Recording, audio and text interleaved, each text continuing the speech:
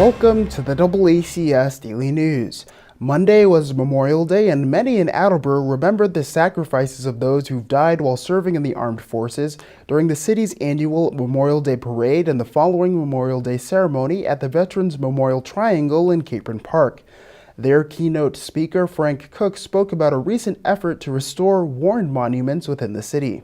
It's very fitting that on Memorial Day, which, as you know, began as Decoration Day in the years immediately following the Civil War, that we'd be taking time today to speak about and recognize the Civil War monument here in Attleboro.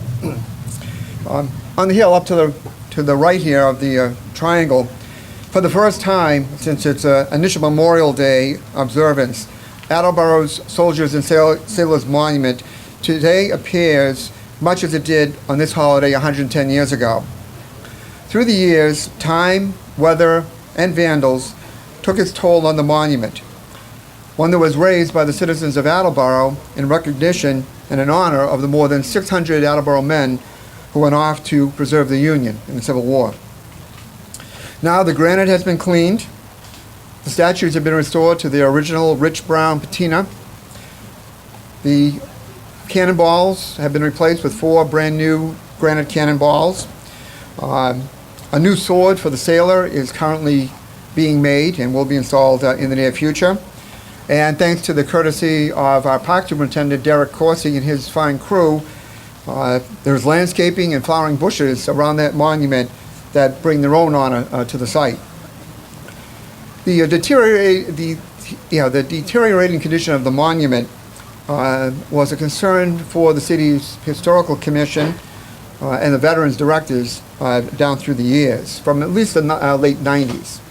I was asked to speak a little bit about how we got to that point and how we got to the stage that we're at today. I can add that as a history teacher and as a descendant of a Union cavalryman from the Civil War, I shared that concern about the condition of our monument. While serving on the Municipal Council, I met with a variety of our veterans directors, starting with Evan, if I follow up his name, I'm sorry Evan, but Evan Macrinacolis, with Tom Tully and the late Peter Rigo about this problem. A few years ago, Veterans Director Carl Bradshaw joined Attorney Ed Casey and myself in making a formal proposal to Mayor Dumas to restore the monument, and he established the ad hoc committee that has brought us to today. More recently, our Veterans Director, Ken Badisher, has been a timeless supporter and a very strong advocate for the project, and I would like to publicly recognize and thank you, Ken, for your work. The restoration work has been performed by Robert Scher, an award-winning sculptor and restorer, and his company, Skylight Studios, out of Woburn. Mr. Scher's restoration work includes structural elements of various historical buildings across the country, including here in Boston, the old State House, in Faneuil Hall, and down in Washington, D.C., the Washington Monument.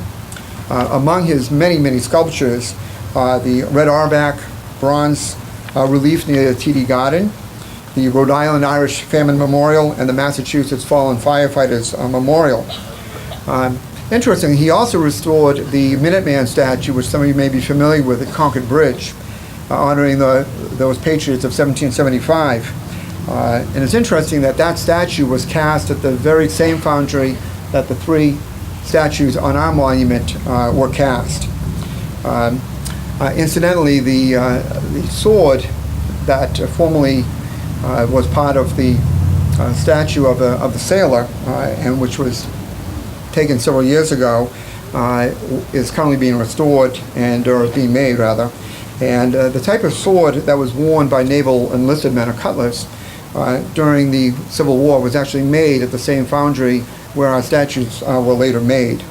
That's it for today's update. You can watch all of our content by visiting our website at DoubleACS.com, by downloading the DoubleACS mobile app, or if you have a Roku, you can search for the DoubleACS Roku channel. For DoubleACS News, I'm Austin Ricketts.